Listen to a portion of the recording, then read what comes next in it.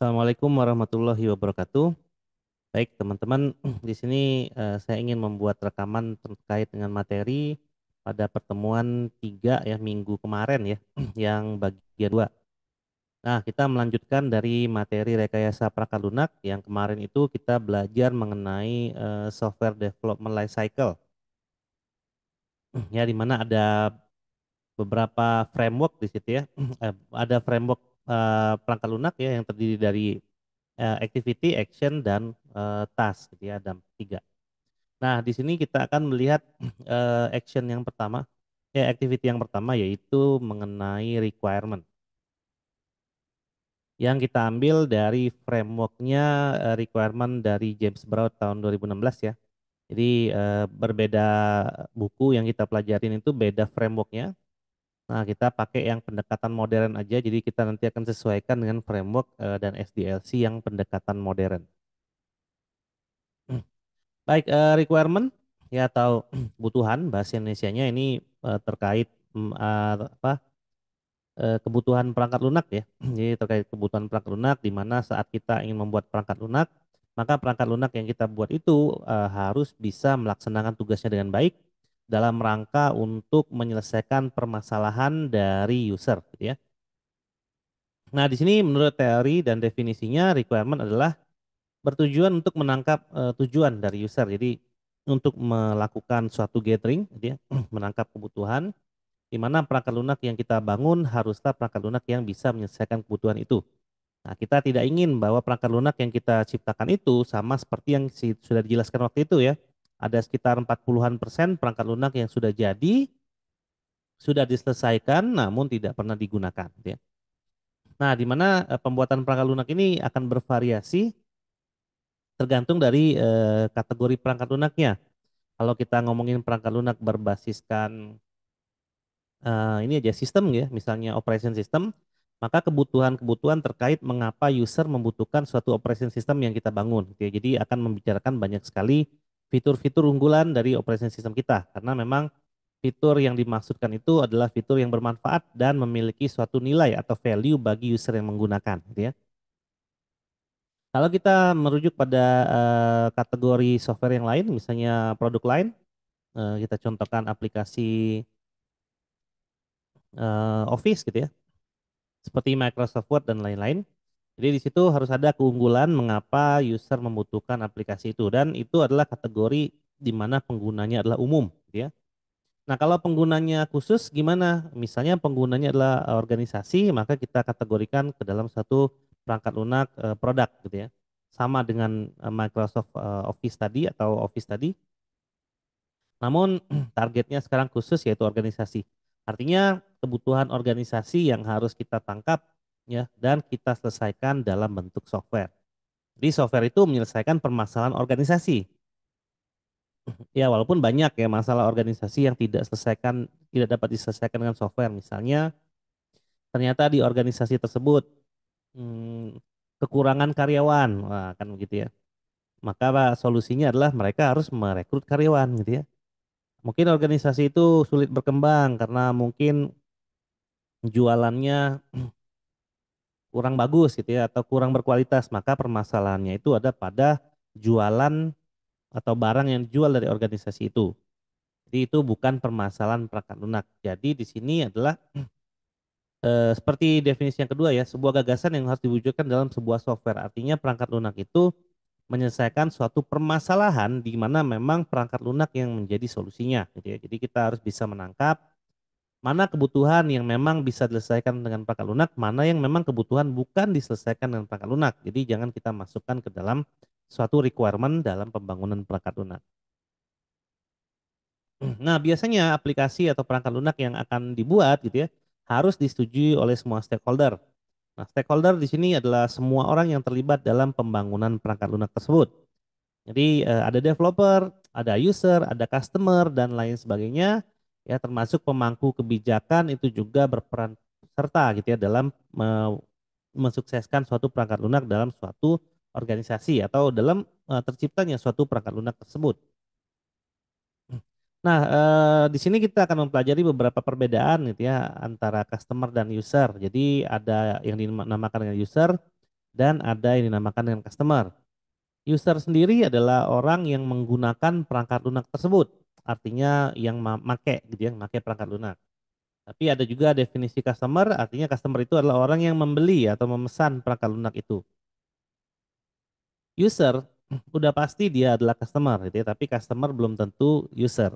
Ya sebagai contoh di kampus kita Unjani bahwa aplikasi yang diinginkan di Unjani ini adalah dibayar oleh Yayasan Kartika Eka Paksi. Berarti Yayasan Kartika Eka Paksi itu adalah customer karena yang menggunakan adalah Unjani bukan Kartika Eka Paksi gitu ya.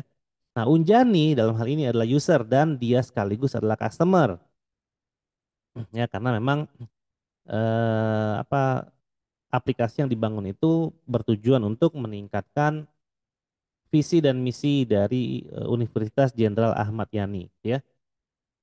Nah, di sini agar setiap stakeholder memahami akan membangun perangkat lunak apa aja, maka yang pertama adalah informasi yang dijelaskan harus singkat dan ringkas. Jadi kita di sini menggunakan bahasa yang dimengerti oleh semua stakeholder. Bahasa-bahasa terkait teknis development itu cukup disimpan di kita aja ya sebagai software developer.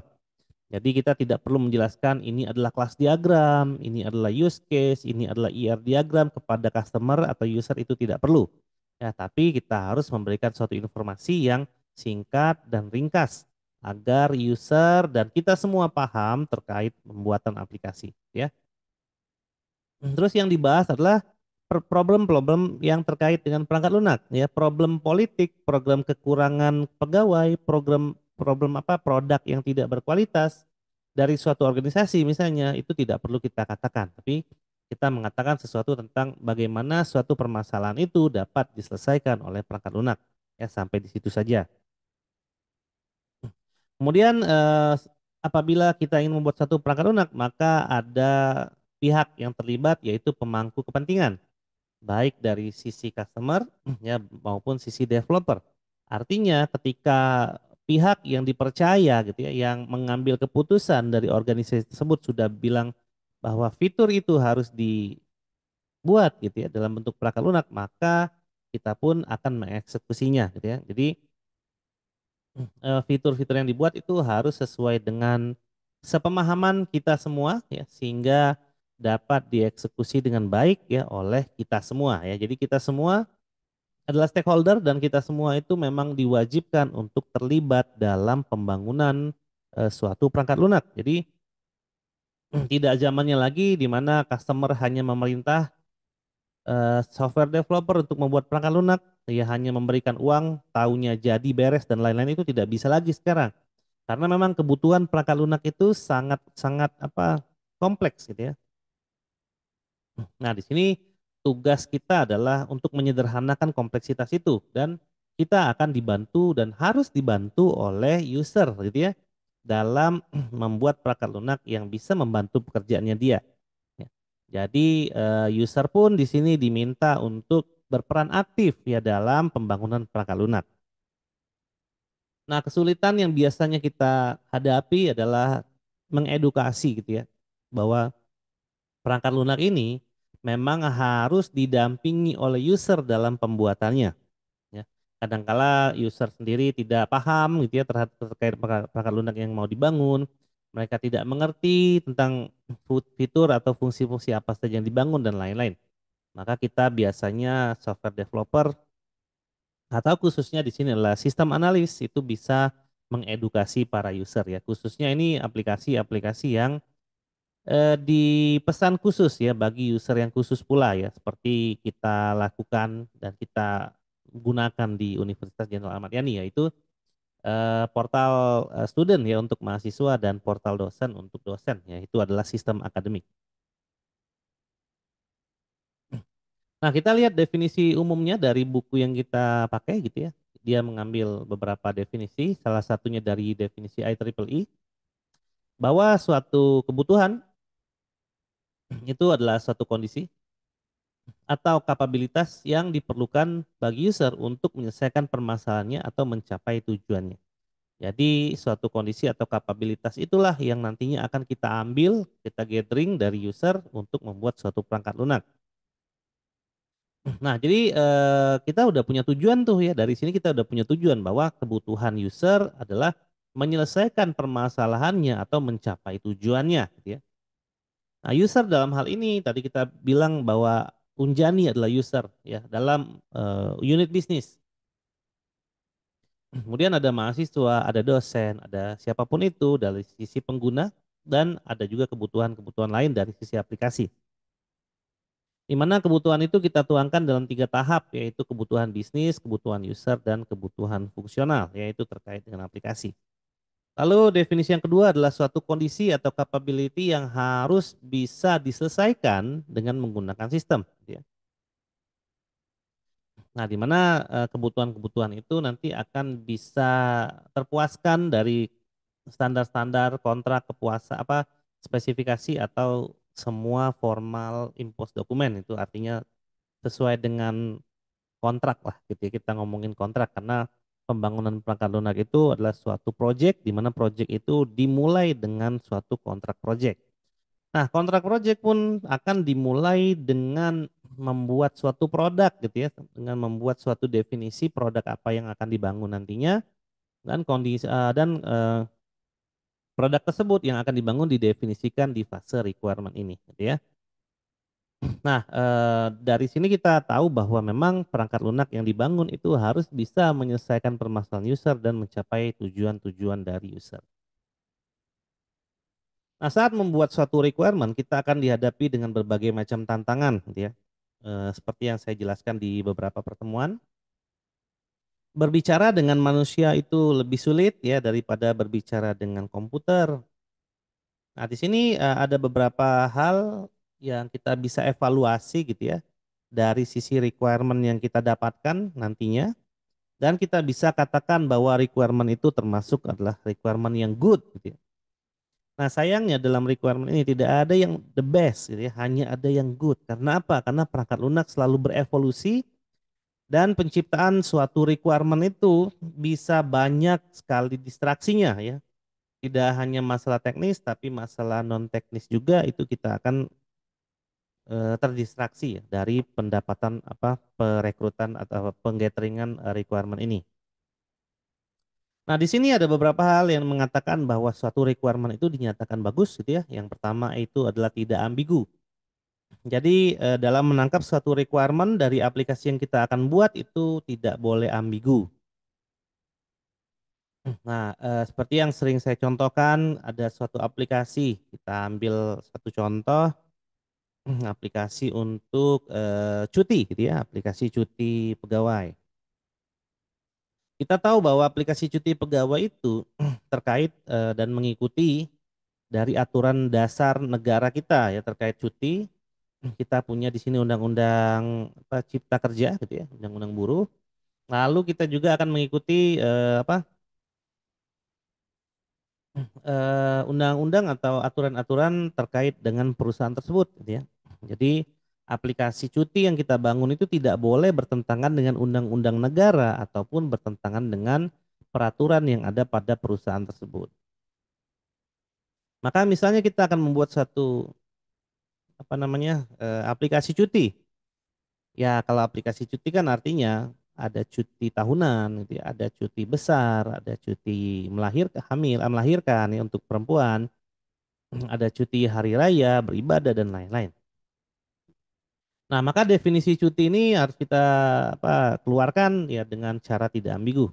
Jadi artinya aplikasi eh, cuti ini kita harus membuatnya secara penuh ya dan didapatkan begitu detail ya kemungkinan yang bisa jadi dihadapkan dari aplikasinya misalnya jangan sampai aplikasinya nanti laki-laki bisa cuti hamil gitu ya atau cuti bisa diambil setiap hari tanpa dibatasi ya dimana kita tahu cuti tahunan itu dibatasi 12 hari kerja dan jangan sampai juga hari libur juga bisa mengambil cuti padahal kan hari libur memang tidak perlu cuti ya sudah libur gitu ya.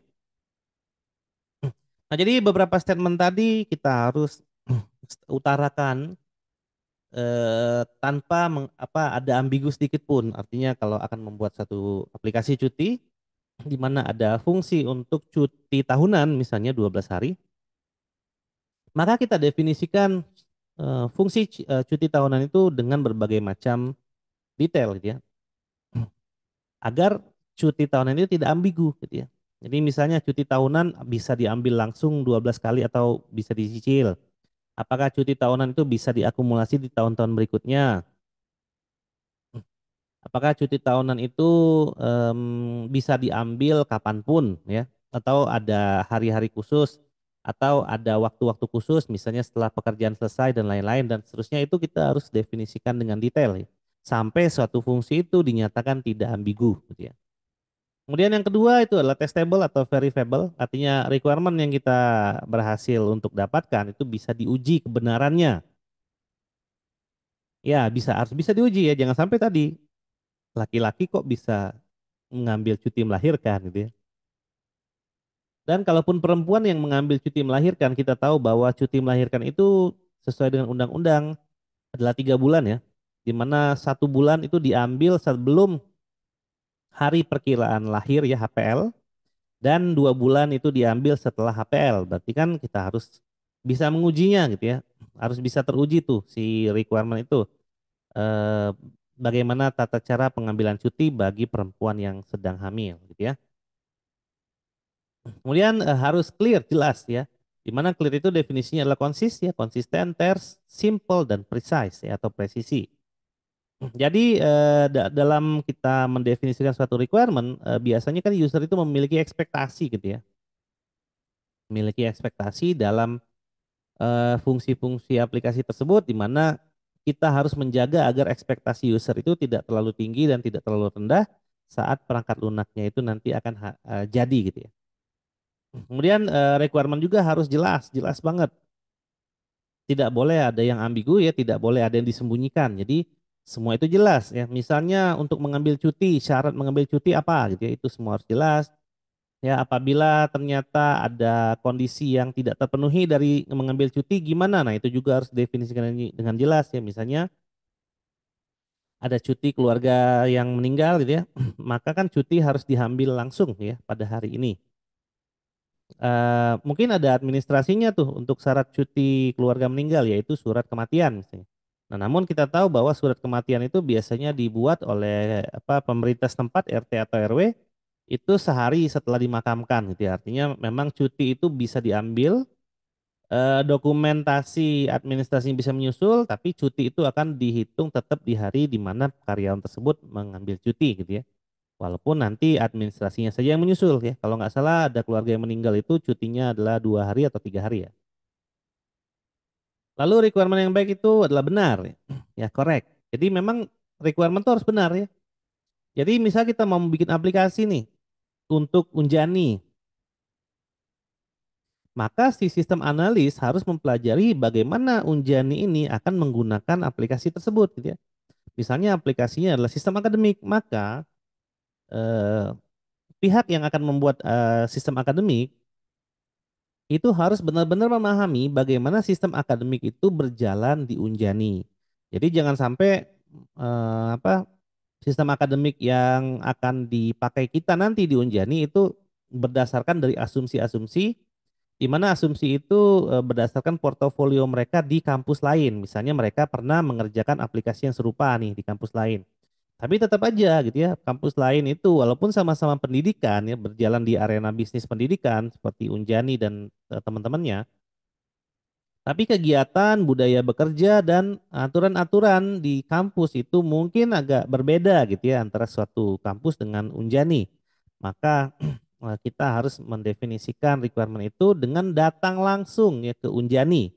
Ya, jadi sistem analisnya memang harus datang langsung ke Unjani, melihat bagaimana sistem akademis berlaku di Unjani, melihat aturan-aturannya dan lain-lain. Jadi memang harus datang ke Unjani.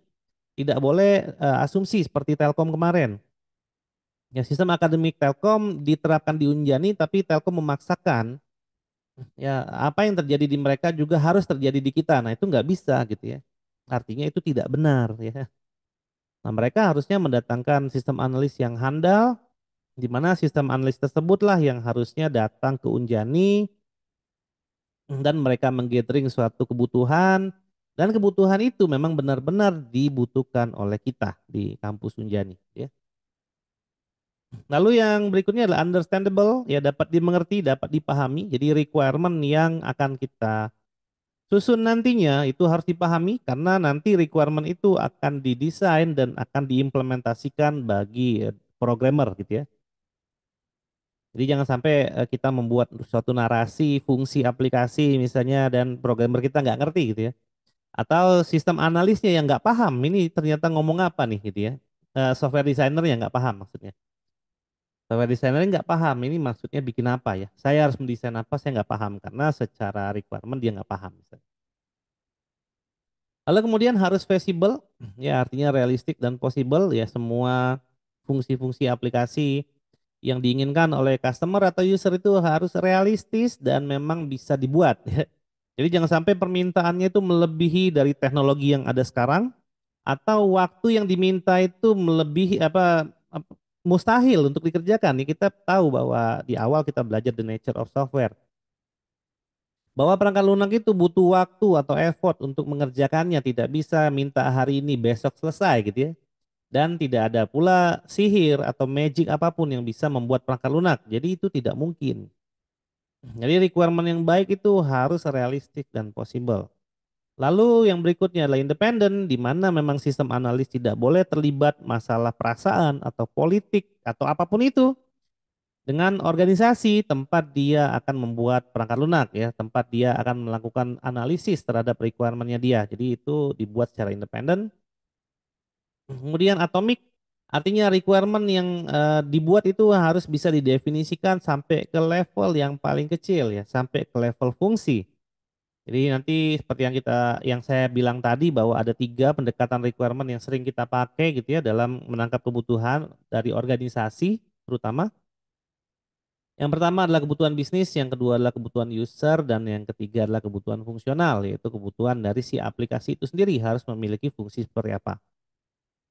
Lalu requirement yang baik itu adalah necessary ya, perlu, penting ya, untuk ada di dalam aplikasi yang dibangun nanti. Yang tidak penting tidak usah kita catat. Dan yang terakhir adalah implementation free, ya, artinya kita tidak membicarakan implementasi pakai bahasa apa gitu ya, pakai framework apa dan lain-lain, tapi kita memang tujuannya untuk menyelesaikan permasalahan user. Ya. Misal ada permasalahan dari user, user cerita gitu ya menggunakan story mereka bahwa sering ada keterlambatan dalam pengiriman barang gitu ya dari gudang dari distributor menuju gudang misalnya. Nah, keterlambatannya itu karena pencatatan laporan ya, penulisan surat jalan dan syarat administrasi lainnya yang membuat itu terlambat. Nah, maka disitulah aplikasi atau perangkat lunak berperan untuk menyelesaikan permasalahan mereka. Lalu ada bad requirement, apa itu? Ya, bad requirement itu berarti kebalikan dari semua yang ada tadi gitu ya. Tidak berkebalikan maksudnya. Jadi yang pertama kan good requirement itu tidak ambigu. Nah, kalau bad requirement berarti dia ambigu. Tidak bisa diuji, tidak jelas, tidak benar, tidak bisa mengerti, tidak realistis, tidak independen, tidak atomik, tidak penting, dan tidak implementation free. Nah, biasanya bad requirement itu dapat mengakibatkan proyek-proyek perangkat lunak itu gagal. Ya. Ada contohnya di kampus kita, itu gagal. Karena apa? Requirement yang didefinisikan itu tidak mencerminkan apa yang ada di kampus kita. Ya, jadi gagal. Walaupun sudah jadi prototipe dan mungkin mereka menganggap itu adalah software final, tapi tetap aja software itu tidak bisa digunakan di Unjani. Gitu ya. Kemudian yang kedua, software yang requirement-nya jelek, ya, ya kita katakan ini requirement-nya jelek, itu akan menjadi mimpi buruk bagi para tester. Karena tester atau penguji dari perangkat lunak itu biasanya menguji perangkat lunak ini apakah sesuai dengan tujuannya atau tidak itu dari apa yang didefinisikan di fase requirement ini atau di aktivitas requirement. Nah, di mana kalau misalnya aplikasinya udah sesuai dengan apa yang tertuliskan di requirement, maka suatu fungsi atau suatu aplikasi itu bisa dinyatakan selesai. Nah, kadang orang itu lupa gitu ya, software developer ini yang biasanya lupa mendefinisikan requirement dengan jelas. Dan mereka juga sering lupa mendefinisikan apa itu yang dimaksud dengan selesai ya, atau dalam istilah kerennya dikatakan definition of done gitu ya. Perangkat lunak itu selesai kalau apa gitu ya. Nah, kalau apanya itu dilihat dari requirement di mana memang requirement ini disetujui dan kemudian ditandatangani kontraknya ya dengan sejumlah nominal, project, waktu dan segalanya itu sesuai dengan requirement yang ada. Lalu bad requirement itu menimbulkan ketidakpuasan biasanya dari sisi user ya, karena user kecewa terhadap perangkat lunak yang dibangun dan tidak berhasil gitu ya untuk menyelesaikan permasalahan mereka. Jadi itu requirementnya asal-asalan atau memang memaksakan ya, memaksakan yang tidak realistis tadi gitu ya terhadap pembangunan aplikasi sehingga developer menganggap aplikasi itu selesai, tapi pas diujikan di user, ternyata user menganggap itu tidak selesai atau bahkan tidak memenuhi apa yang mereka inginkan, ya. Ini juga terjadi di Unjani. Jadi ini enak ngasih contohnya karena semua contoh nyatanya kita sudah alami bersama di Unjani. Nah, lalu ini beberapa ada salah satu ya contoh yang paling terkenal gara-gara salah requirement. Jadi karena salah mendefinisikan suatu formula, di mana formula itu kemudian di-coding ya, diimplementasikan dalam bahasa pemrograman. Akhirnya satelit Climate Orbiter yang mengelilingi Mars itu hilang ya dari orbitnya dan menghabiskan biaya 125 juta dolar. Hanya salah requirement aja. Tapi ya ketika produknya udah jadi, ruginya adalah 125 juta dolar ya. Mantap kan? Ada di kita juga. Gitu ya. Ya, jadi biaya operasional itu semua akan ditutupi dari termin-termin pembiayaan ya terkait dengan proyek tersebut. Nah, di sini ada beberapa penyebab suatu proyek gagal ya. Mungkin ini surveinya tahun 95, 96. Presentasenya kurang lebih mungkin berubah, tapi posisi-posisinya itu masih sama gitu ya. Jadi memang penyebab proyek gagal yang pertama dan utama itu adalah requirement yang tidak lengkap. Ya, itu adalah suatu kondisi fatal sih ya kalau requirement itu tidak lengkap. Jadi memang itu menjadi mayoritas penyebab dari gagalnya proyek pembangunan perangkat lunak. Yang kedua adalah kurangnya keterlibatan user ya dalam pembuatan perangkat lunak. Ya bisa jadi user tidak selalu terlibat atau tidak banyak terlibat. Tiba-tiba perangkat lunaknya jadi dan dicobain nama user nggak sesuai dengan apa yang dia minta karena user tidak terlibat, dia hanya terlibat di ujung aja gitu ya. Lalu kekurangan resource itu juga bisa menyebabkan proyek gagal. Ada kebutuhan mobile, ya aplikasi mobile. Tapi kita tidak punya programmer yang bisa misalnya. Untuk di outsourcekan ke developer lain itu mungkin uangnya nggak ada juga ya karena tamak. Maka kita memaksa programmer kita untuk belajar mobile dengan menggunakan Android, belajar coding Android ya, pakai Kotlin atau Java misalnya. Padahal programmer kita juga lagi mengerjakan 4 proyek gitu ya. Dan dia dipaksa untuk belajar Android. Ya itu jadi gagal semua proyeknya gitu ya. Karena harusnya sih rekrut gitu ya. Kalau memang nggak mampu rekrut, ya di outsource kan ke pihak yang lain gitu ya. Harusnya gitu. Kemudian ada unrealistic expectation. Jadi ekspektasi yang tidak realistis dari user biasanya menyebabkan proyek itu gagal. Karena ya masalahnya kurangnya edukasi tadi ya ke user bahwa suatu teknologi itu ada batasnya dan apa yang mereka minta itu adalah mustahil untuk dibuat oleh siapapun juga di dunia ini. Kemudian lack of executive support artinya kekurangan support lah ya dari para petinggi yang mulia di atas sana. Kurangnya support bagi para pemangku kebijakan ya di organisasi tersebut. Gitu ya. Nah, itu bisa menyebabkan gagalnya proyek. Misalnya ditugaskanlah suatu tim gitu ya dalam memantau proyek itu, Tapi tim tersebut tidak dibayar misalnya atau tidak diberi upah tambahan gitu ya. Hanya dituntut kewajibannya doang, tapi haknya tidak dibayarkan ya berarti kan harapannya apa gitu ya. Nggak boleh berharap apa-apa karena dia merampas hak orang lain gitu ya. Nah itu biasanya terjadi juga. Lalu di tengah jalan itu biasanya requirement sering berganti ya. Changing requirements atau specification itu juga salah satu penyebab gagalnya proyek. Apalagi pergantian requirement itu tidak masuk akal gitu ya. Udah tidak masuk akal dan terjadi terus-menerus. Nah, itu juga sama tuh. Tapi bayarannya nggak mau nambah. Nah, itu lebih parah gitu ya. Terus lack of planning itu juga jadi salah satu penyebab gagalnya proyek. Jadi planningnya itu kurang, kurang bagus.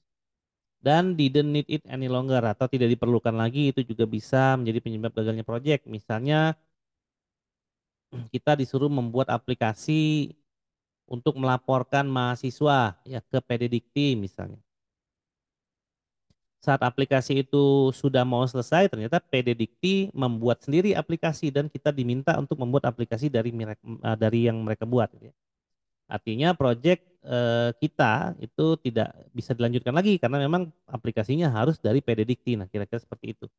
Biasanya ada masalah-masalah miskomunikasi atau masalah politik lah ya yang menyebabkan bahwa perangkat lunak yang mau dibangun itu tidak lagi diperlukan sehingga proyeknya bisa stop atau gagal di tengah jalan ya. Ya lagi puasa bikin video seret ternyata ya. Baik kita lanjutkan bahwa di sini dalam berbicara mengenai requirement atau kebutuhan dari perangkat lunak, di mana definisi kebutuhan yang kita maksudkan adalah kebutuhan aplikasi, artinya fungsi-fungsi aplikasi. Seperti apa sih fungsi aplikasi itu? Misalnya insert data gitu ya, delete data ya, edit data dan lain-lain ya, verifikasi dan seterusnya, upload foto, terus apa lagi ya, eh, macam-macam lah ya, login misalnya dan lain-lain itu adalah kebutuhan komputer namanya ya, kebutuhan yang harus ada dalam perangkat lunaknya. Nah, kebutuhan yang kita maksudkan itu terbagi menjadi dua. Yang pertama adalah kebutuhan fungsional dan yang kedua adalah kebutuhan non fungsional.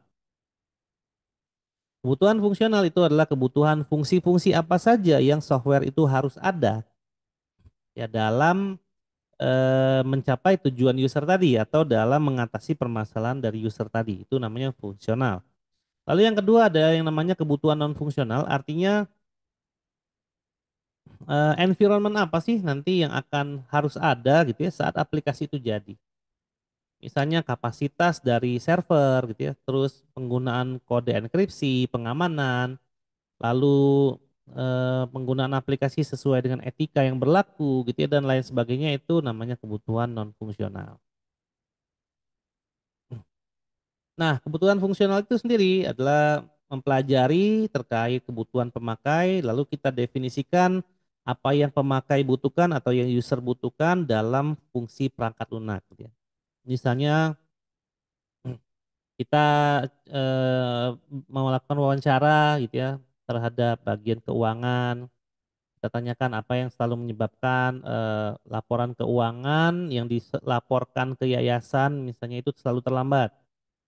Terus bagian keuangan curhat bahwa pembuatan laporan keuangan itu sulit gitu ya, di mana berkas-berkas itu sering tercecer, ada unit-unit yang sering terlambat mengumpulkan berkasnya ke bagian keuangan dan lain-lain. Nah, itu adalah curhat bagian keuangan. Maka fungsi dari aplikasi yang kita harus buat adalah fungsi untuk mengenerate laporan keuangan secara otomatis, nah, gitu ya kira-kira. Nah, ini non fungsional, jadi dibagi menjadi tiga secara umum. Biasanya ada product requirement, jadi kebutuhan terkait produknya yang non fungsional. Kemudian organizational requirement, kebutuhan terkait organisasinya tapi yang non fungsional, yang bukan terkait fungsi, bukan yang terkait maksudnya yang mendukung fungsi gitu ya. Dan ada external requirement.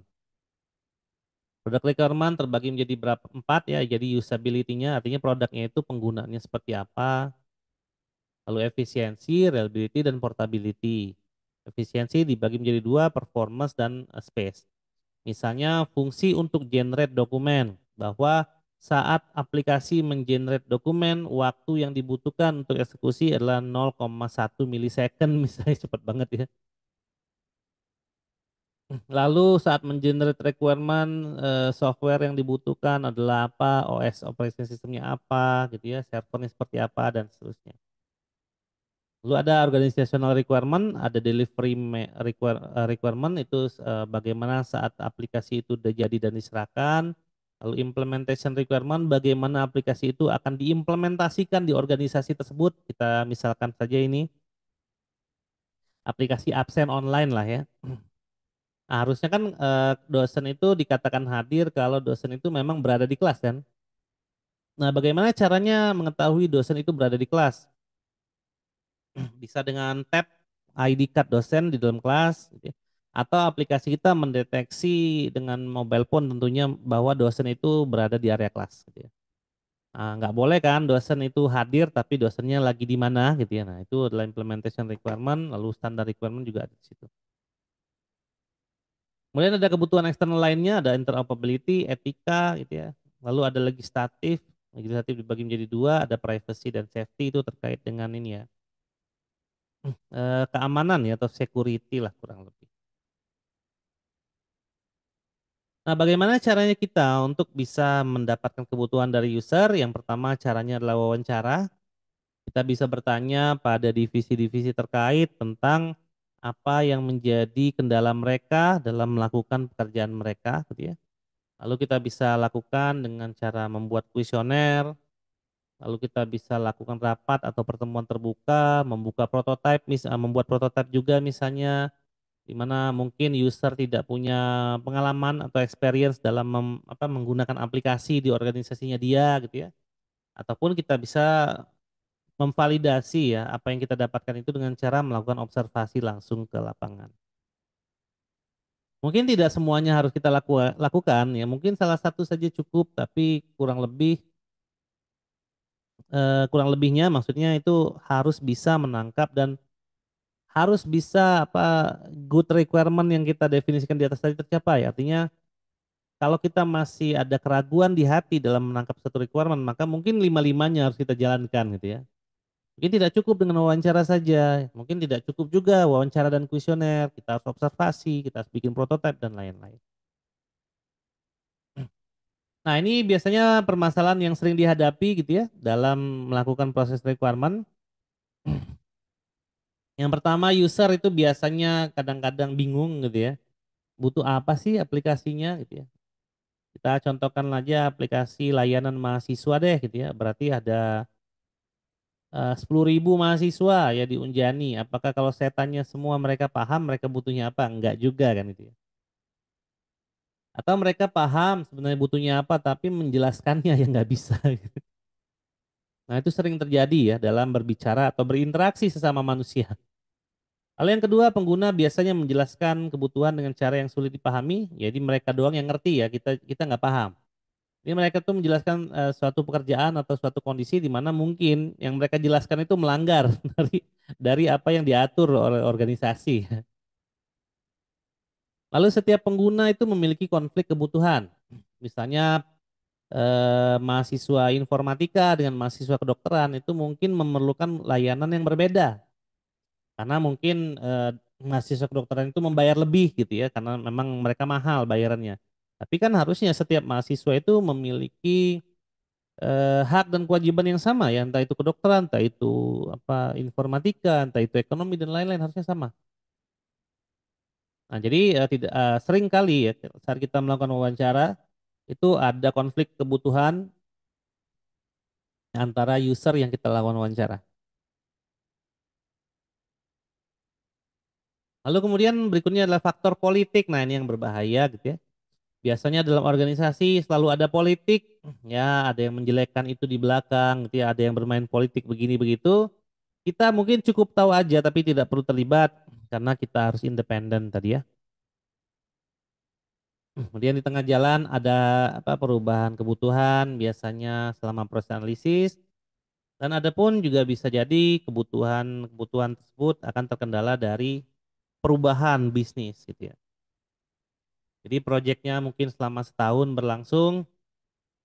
Perusahaan tersebut di tengah jalan bisnisnya berubah, misalnya tiba-tiba diakuisisi oleh perusahaan lain ya, tiba-tiba merger ya, atau apapun itu gitu ya, itu terjadi di tengah jalan selama proyek perangkat lunaknya berjalan, nah itu bisa menyebabkan masalah selama kita melakukan requirement gitu ya.